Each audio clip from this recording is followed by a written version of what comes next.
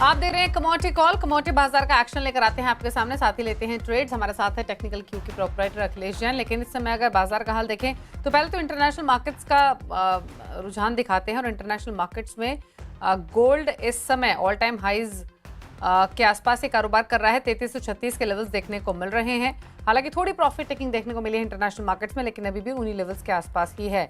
घरेलू बाजार में देखेंगे सोने को तो यहाँ पर फ्लैटिश टोन पर ट्रेडिंग होते हुए दिखाई दे रही है नहीं, लेकिन यहाँ भी मौजूदा लेवल्स 95,000 के आसपास है। तो कोई बहुत डिसाइसिव प्रॉफिट टेकिंग नहीं है। थोड़ी बहुत यहाँ पर भाव नीचे आते हुए दिखाई दे रहे हैं, लेकिन बहुत कमजोरी नहीं रिफ्लेक्ट होते हुए दिखाई दे रही है।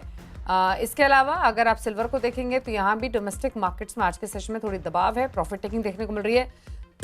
इनफैक्ट गोल्ड और सिल्वर दोनों का भाव इस समय अगर आप देखिए तो दोनों ही काफ़ी नज़दीक ट्रेड कर रहे हैं। मतलब 1 किलो सिल्वर का भाव 94,618 का है। वहीं एक बार गोल्ड दिखाते हैं आपको 10 ग्राम सोने का भाव एग्जैक्टली क्या देखने को मिल रहा है, वो है 95,228। तो क्लियरली एक आउट परफॉर्मेंस गोल्ड दिखाते हुए चांदी के मुकाबले भाव ऊपर निकल चुके हैं। वो 1 किलो का भाव है, ये 10 ग्राम का भाव है, लेकिन मोमेंटम स्ट्रॉन्ग रहा है दोनों ही कमोडिटीज़ में। गोल्ड ने डेफिनेटली एक आउट परफॉर्मेंस दिखाई है। इसके अलावा अगर आप बेस मेटल्स को देखेंगे तो नरमी के साथ ही ट्रेडिंग होते हुए दिखाई दे रही है आज के सेशन में। कच्चे तेल में थोड़ी बहुत वाइब्रेंसी बनी हुई है। अखिलेश जैन बने हुए। अखिलेश बताइए पहले तो आपकी ट्रेडिंग स्ट्रैटेजीज और गोल्ड पर स्पेशली क्या राय है आपकी 95,000 के भाव पर। मतलब अगर आप इंटरनेशनल मार्केट्स को भी देखें या घरेलू मार्केट्स को भी देखें, कोई डिसाइसिव प्रॉफिट टेकिंग नहीं है। थोड़ा बहुत इस तरीके के डिप्स तो देखने को मिलते ही हैं जब रिकॉर्ड हाइज बनते हैं। नमस्ते दीपाली जी। देखिए, जैसे देखने को मिल रहा है कि काफी अनसर्टेन एनवायरनमेंट है। कहीं से भी कोई क्लैरिटी नहीं आ रही। टैरिफ्स का जो कंसर्न है अभी भी बना हुआ है। हालांकि थोड़े दिन से अभी ये पॉज मिला है, बट स्टिल टैरिफ के रिगार्डिंग में हम डेली बेसिस पे कुछ ना कुछ चिप-इन्स देखते हैं, जिसके कारण काफी अनसर्टेनिटी बन गई है। वहीं कल फेड चेयरमैन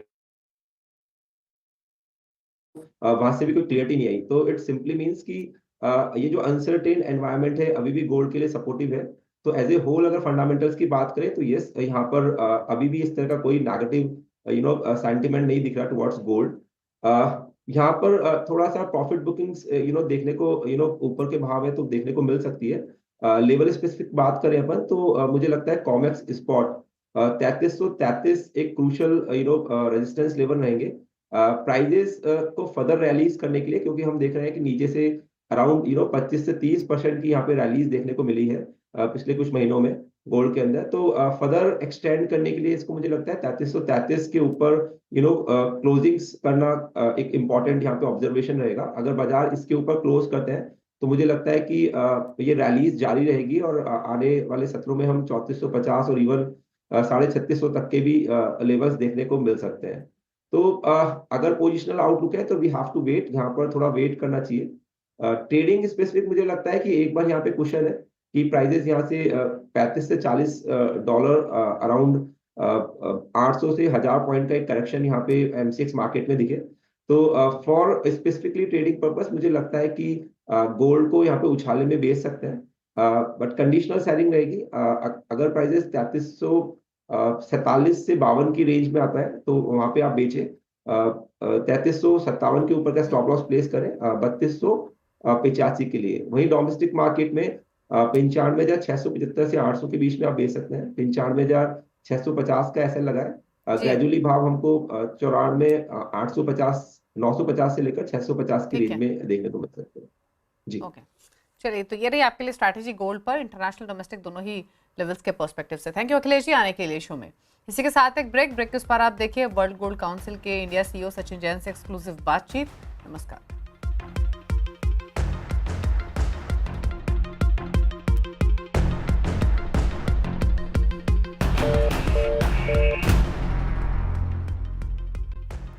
बता दें कि सोने ने ऑल टाइम हाई यहां पर 95,895 के आसपास बनाया है। वेल एक्चुअली उससे भी ज्यादा है, 95,900 के ऊपर के लेवल्स हमने 2025 में बनते हुए देखे हैं। वो चार्ट आपको दिखाता है कि साल दर साल किस तरह के हाईज यहां पर सोने ने बनाए हैं। तो 2024 यानी कि पिछले साल से करीबन 20,000 रुपए की तेजी सोना आपको यहां पर अब तक दिखा चुका है। 2023 में सोने के भाव 64,000 रुपए के आसपास थे, 2022 में 55,000 के आसपास, यानी कि पिछले 4 सालों सालों में सोना ऑलमोस्ट यहां पर डबल होता हुआ नजर आया है, तो अच्छी खासी तेजी के साथ यहां पर कारोबार है। सचिन, आपसे पहले जानना चाहेंगे किस तरह से ये एक तरफा तेजी अब आप मार्केट्स में देखते हैं? पहले तो मनीषा, बहुत बहुत धन्यवाद आपका कि आपने हमारे को एज वर्ल्ड गोल्ड काउंसिल अपने प्लेटफॉर्म पे बनाया। और जैसे कि आपने मेंशन किया कि पूरा पूरा विश्व एक तरह से थोड़ा सरप्राइज है, चौकन है। हम भी उसी तरह चौकन है जिस तरह से ये तेजी और एक ये बढ़ोतरी आ रही है। लेकिन ये जो पूरी वैश्विक अस्थिरता चल रही है, जो लाइक द जियोपॉलिटिकल अनसर्टेनिटी जो एक हम कहते हैं, has been the very important consideration. और एक चाइना की बहुत बाइंग कंटिन्यूसली काफ़ी स्ट्रांग है। ये दो बहुत इंपॉर्टेंट पिलर रहे हैं जिनकी वजह से ही हमने एक रुबाब, एक चढ़ता देखा है। लेकिन अगर आप देखें कि कंज्यूमर ऑन ग्राउंड जो हमारी सर्वे बताते हैं, तो उनका ये बढ़ने के साथ साथ एक कॉन्फिडेंस गोल्ड के ऊपर बहुत ज़्यादा इस समय बढ़ा हुआ है। तो एज ओपनिंग में यही बोलना चाहूँ। Well absolutely. सचिन, कैसे देखते हैं अब आप यहाँ से प्राइसेस जाते हुए? Understand world gold council prices forecast नहीं करता है, लेकिन जिस तरह की तेजी है, $700 पर आउंस की बढ़त इस साल में, $1000 अनाउंस की बढ़त पिछले 12 महीने में, और ये तेजी अभी भी थमते हुए नहीं लग रही है। क्या यहाँ से और बुलिशनेस है? क्या कुछ कंसर्न्स हैं? क्या एक करेक्शन का क्वेश्चन होना चाहिए मार्केट्स में? आप कैसे देखते हैं करंट प्राइसेस? जैसे मैंने मनीषा पहले भी आपके प्लेटफॉर्म पे बोला है कि अगर लॉन्ग टर्म देखें तो गोल्ड में बहुत स्ट्रेंथ है। और अगर अभी इसका माहौल देखें, जो अभी के पिलर्स हैं, जैसे मेंशन किया मैंने, चाइना हुआ और एक कंज्यूमर डिमांड रही, इनको देख के काफ़ी एक स्ट्रॉन्ग एक स्ट्रेंथ आगे दिख रही है। लेकिन अभी चाइना में एक और चीज़ हुई है कुछ समय पहले, जो आपने अपने चैनल पे भी कवर करी थी, कि इंश्योरेंस सेक्टर को ओपन कर दिया गया है कि वो गोल्ड पे बाइंग कर सकें। उसको लेके एक स्ट्रॉन्ग पिलर ऑफ डिमांड अगले आने वाले सालों में बढ़ना चाहिए। और टिपिकली जो अभी जैसे गोल्ड की लिक्विडिटी जो ग्लोबल इस समय जो जो अब सबके जो स्थिरता है, जिस तरह से ग्लोबल जो एक डेट की सिचुएशन है, उसको लेके गोल्ड का जो अभी short term to mid term काफ़ी स्ट्रांग रहने वाला है। अब गोल्ड में अगर प्राइस आगे बढ़े नहीं बढ़े वो मैं नहीं प्रेडिक्ट करता, जैसे आपने मेंशन किया। लेकिन जो स्ट्रेंथ जिनके ऊपर ये पिलर्स, जो एक स्तंभ है जिनके ऊपर खड़ा होता है गोल्ड का प्राइस, वो बहुत स्ट्रांग है और बहुत फेवर में है। Well absolutely. सचिन, लेकिन जिस तरह की तेजी यहाँ पर मार्केट्स में है, आप कहेंगे jewellery buying in some sense यहाँ पर एक हिट लेती हुई नजर आई है? नहीं, काफ़ी स्लो है मनीषा। लेकिन हमने पहले भी हिस्टोरिकली भी देखा है कि कंज्यूमर जब भी प्राइस बढ़ता है थोड़ा एक रुक के फिर परचेजिंग करता है। लेकिन अगर जो जैसे मैंने आपको मेंशन किया कि कंज्यूमर से जो हम बात कर रहे हैं, एक स्ट्रेंथ ऑफ गोल्ड को लेके एक बहुत ज़्यादा कॉन्फिडेंस है। और मेरा सोचना यह है कि जो आने वाला अक्षय तृतीया का जो एक पर्व है जो आने वाला है, मुझे लगता है कि उसमें हम बहुत ही कॉन्फिडेंटली उसमें जाना चाहिए एज एन इंडस्ट्री, क्योंकि कंज्यूमर काफ़ी स्ट्रांगली आएगा हमारी शॉप्स में। Well yes, absolutely. कंज्यूमर्स कई बार सरप्राइज कर देते हैं कि किस तरह का रिएक्शन वो यहाँ पर गोल्ड में देते हैं। बट सचिन, मैं वो एक टेबल आपकी स्क्रीन पे फिर से लेके आना चाहूँगी जहाँ पर हम आपको ये कैलकुलेशन बता रहे हैं कि जो बेस प्राइस है और उसके ऊपर जीएसटी लगाया जाए, मेकिंग चार्जेस लगाया जाए, तो अगर आप बाहर आज इन प्राइसेस पे गोल्ड लेने जा रहे हैं तो सचिन वी आर ऑलमोस्ट तो नहीं, एब्सोल्युटली अबव ₹1,00,000, ₹1,05,000, ₹1,10,000, ₹1,15,000, डिपेंडिंग ऑन कि आप मेकिंग चार्जेस क्या देने हैं। हमने यहाँ पर एक मिनिमल 10% मेकिंग चार्ज लगाने की कोशिश करी है। एट ₹1,00,000 10 ग्राम्स, क्या रिएक्शन है मार्केट्स के? आपको लगता है जो प्री बजटेड बाइंग है या फिर जो लाइट वेट बाइंग है, जो टियर 2 टियर 3 सिटीज की बाइंग है, रूरल इंडिया की बाइंग है, वो इसको कैसे एब्जॉर्ब करेगी? तो दो तीन बात में अगर आपसे ब्रेक करें मनीषा, तो इसको आप समझ पाएंगे। एक चीज, जो हमने टियर 5 टियर 6 टियर 7 सिटीज की कंजम्पशन देखी है, वो ज्यादातर एक प्राइस एग्नोस्टिक रहती है। वो जैसे हम अर्बन सिटीज में हम बात करते हैं कि रिटर्न कितना आया, कैसा रिस्पॉन्स आया, कि रिटर्न का परसेंटेज कितनी है। अगर आप रूरल इंडिया में जाए तो ज़्यादातर जो कॉन्वर्सेशन रहती है वो रहती है सेविंग को लेके।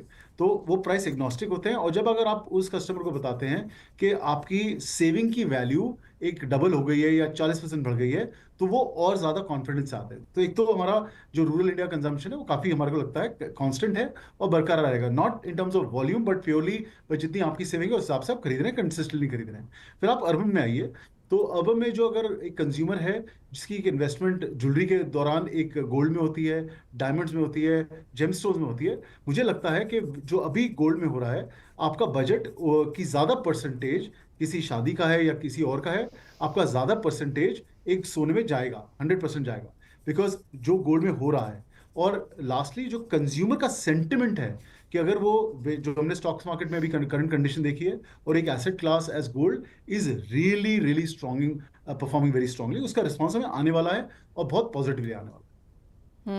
सचिन, दूसरा एक मेजर बड़ा पॉइंट है, जैसे आपने कहा कंज्यूमर डिमांड यहाँ पर अच्छी है और वो ईटीएफ्स के थ्रू काफ़ी स्ट्रांग नजर आई है। जो वर्ल्ड गोल्ड काउंसिल की वेबसाइट से ही मैंने वो नंबर्स देखे थे कि जैन फेब मार्च में नंबर्स यहाँ पर सिर्फ बढ़ते हुए नजर आए हैं। रिडेम्पशंस हैं बट वो फार एंड फ्यू हैं।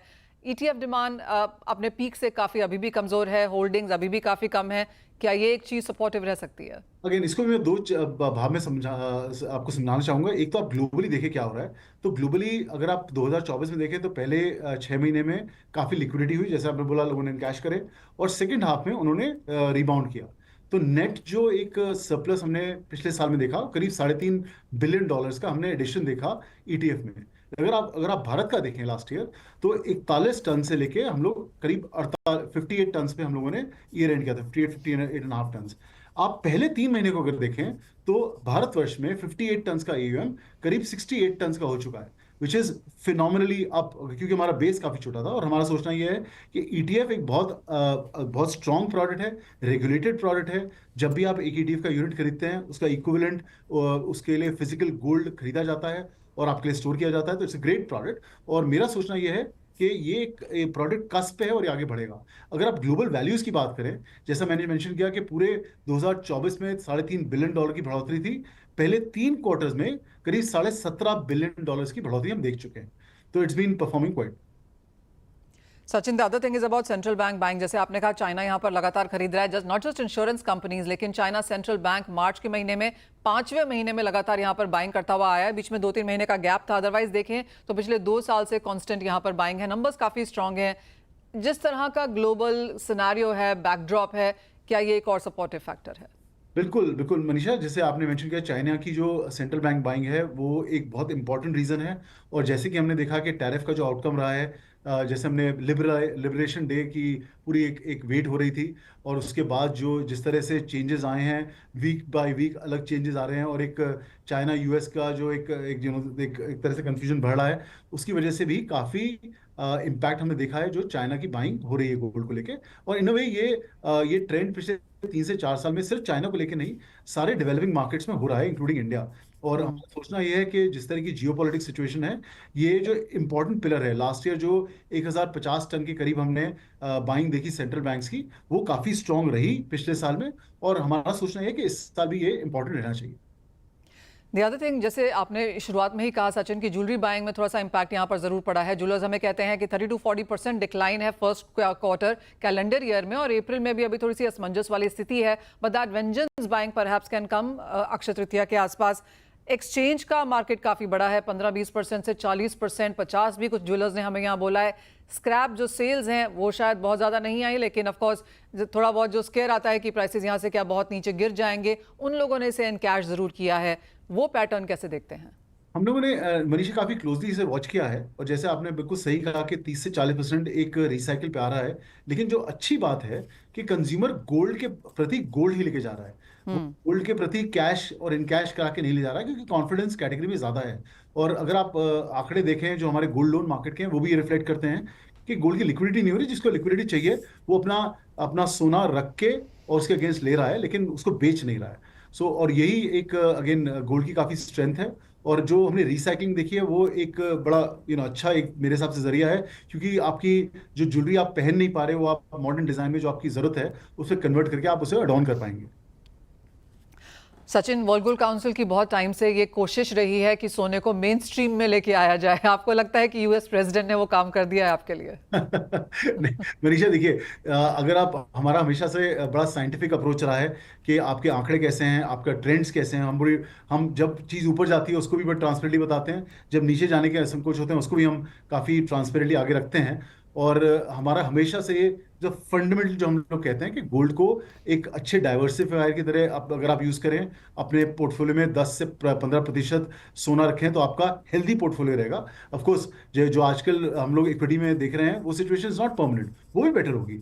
लेकिन लॉन्ग टर्म में अगर आप देखें तो मेरा बहुत स्ट्रॉन्ग रिकमेंडेशन यही रहता है कि 10 से 15% डाइवर्सिफायर विल मेक आपका जो पोर्टफोलियो उसकी हेल्थ को बहुत बेहतर करेगा। अब अगर हम international markets as of now देखें तो कहाँ कॉशन आपको लगती हुई नजर आती है? बिकॉज ये मार्केट एब्सोल्युटली हीटेड अप है। गोल्ड सिल्वर रेशियो भी अगर आप देखें तो वो यही बताती है या तो चांदी बहुत ऊपर जाएगी या सोने में कुछ मुनाफा वसूली देखने की ज़रूरत है। यूएस चाइना में भी will sit on a table, कुछ बात यहाँ पर करेंगे। जो पॉलिटिक्स शायद कम होते हुए नजर आएंगे, इक्विटी मार्केट्स में सुधार आएगा तो इसका इंपैक्ट यहाँ पर गोल्ड में पड़ेगा। किस तरह का वर्ड ऑफ कॉशन आप साउंड ऑफ करना चाहेंगे? आई थिंक मैं अगेन वर्ड ऑफ कॉशन ये करूंगा कि आप सोने को एक इक्विटी की तरह या एक प्ले की तरह फॉर अ डेली ट्रेड ना देखें, इसको लॉन्ग टर्म के हिसाब से देखें और तब आपके सॉल्यूशंस काफी सही रहेंगे। लेकिन of course the most obvious thing जो हम लोग को बड़ी क्लोजली देखनी चाहिए कि ये जो यूएस चाइना की कॉन्वर्सेशन है किस प्रकार में किस हल पे निकलती है, क्योंकि उससे काफी चीजें रिफ्लेक्टिव हैं। क्योंकि अगर ये ट्रेड जिस तरह से एक इम्पैक्ट करेगा विद चाइना, तो कौन से देशों को उसका बेहतर फायदा मिलेगा, ओवरऑल कंज्यूमर अमेरिका का कैसे इसको एब्जॉर्ब करेगा ये, क्योंकि इवेंचुअली कॉस्ट किसी को तो पास होएगा ही। अगर ट्रेड का टैरिफ लगने वाला है तो कंज्यूमर को कहीं ना कहीं से तो इसका एक एब्जॉर्प्शन करना पड़ेगा, तो उससे कितनी कंजम्पशन इम्पैक्ट आएगा। तो I think all of those things have to be watched very carefully.